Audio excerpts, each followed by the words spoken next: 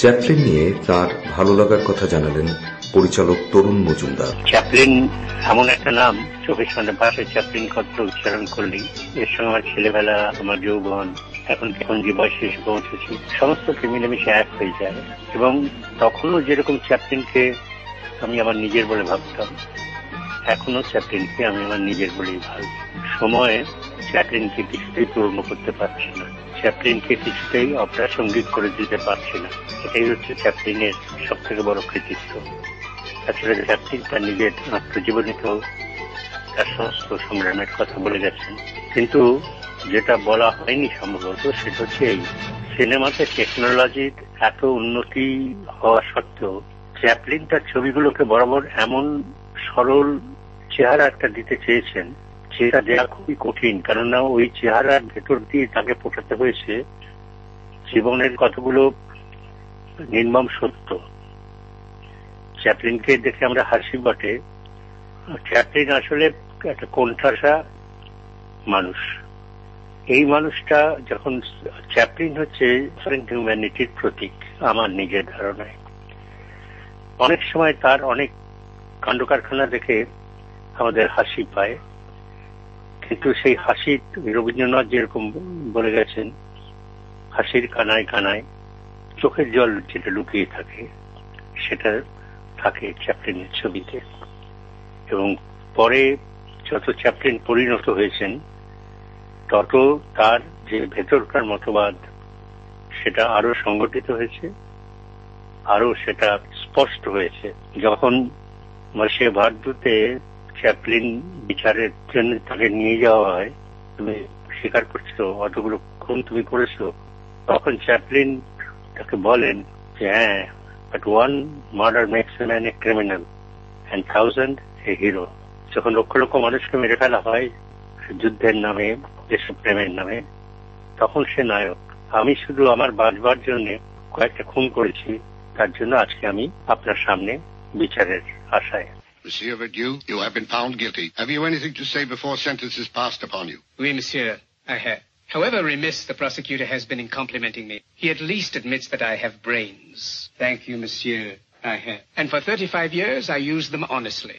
After that, nobody wanted them. So I was forced to go into business for myself.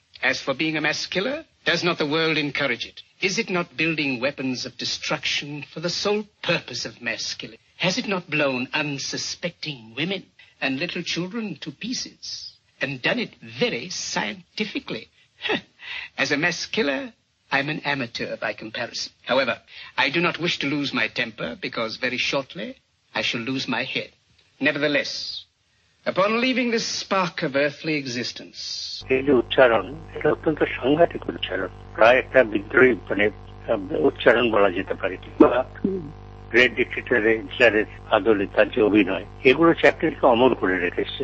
আগে আগে আমরা চ্যাপলিনকে দেখতাম সামাজিক ছোটখাটো ইনকনগ্রুইটিস, সেগুলো নিয়ে ঠাট্টা করতে, মজা করতে এবং নিজেকে ভিকটিম বলে ভাবতে। যত চ্যাপলিন পরিণত হয়েছেন তো তার মধ্যে মনে হয়েছে যে আমার এখন আরো স্পষ্ট ভাবে বলা দরকার, আমি যারা বিশ্বাস করি আগামী পৃথিবীর জন্য, যে কারা অত্যাচার করে আর কারা অত্যাচারিত হয়। এই চ্যাপলিন আমার কাছে চিরকাল পৃথিবীর প্রায় শ্রেষ্ঠ পরিচালক হিসেবে, শ্রেষ্ঠ লেখক হিসেবে এবং শ্রেষ্ঠ অভিনেতা হিসেবে বেঁচে থাকবেন। চলচ্চিত্র সমালোচক গৌতম ঘোষের প্রতিক্রিয়া। চার্লস স্পেন্সার চ্যাপলিন, যিনি চার্লি চ্যাপলিন নামে সারা পৃথিবীর মানুষের কাছে পরিচিত, তিনি একজন আমুদে ভাঁড় হিসেবেই বেশিরভাগ মানুষের কাছে পরিচিত। কিন্তু তিনি শুধুমাত্র তাই ছিলেন না। জীবনে তাঁর অভিনীত ছোট বড় মিলিয়ে ৮৩টা ছবিতে তিনি যেভাবে সমাজের নানান সমস্যার কথা আমাদের জানিয়েছেন এবং তার বিরুদ্ধে নিজে প্রতিবাদী হয়ে মানুষকে প্রতিবাদী হতে শিখিয়েছেন, তা অনন্য। তিনি একাধারে ছিলেন প্রযোজক, পরিচালক, অভিনেতা, তার চিত্রনাট্য রচনাকার, শিল্প নির্দেশক, এমনকি একজন সঙ্গীত পরিচালকও ছিলেন তার নিজের ছবির। তার প্রত্যেকটি ছবিতে তিনি সমাজের যা কিছু অবহেলিত, যে সমস্ত মানুষেরা শোষিত, নিপীড়িত, তাদের কথা বারবার তুলে ধরেছেন।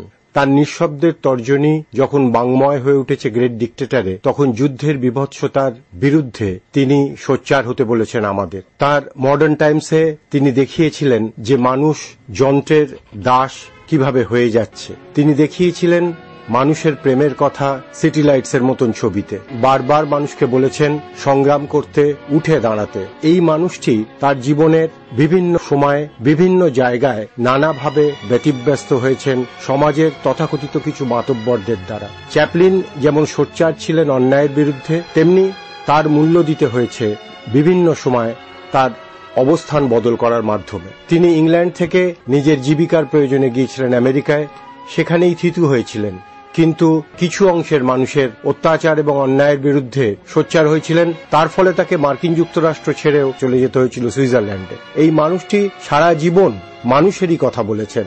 তার সম্পর্কে পৃথিবীর তা বড় বিখ্যাত লোকেরা নানান কৌতূহল প্রকাশ করেছেন, সেটা জাঁ পল সার্ত্রেই হন, সেটা লুই আরাগোই হন।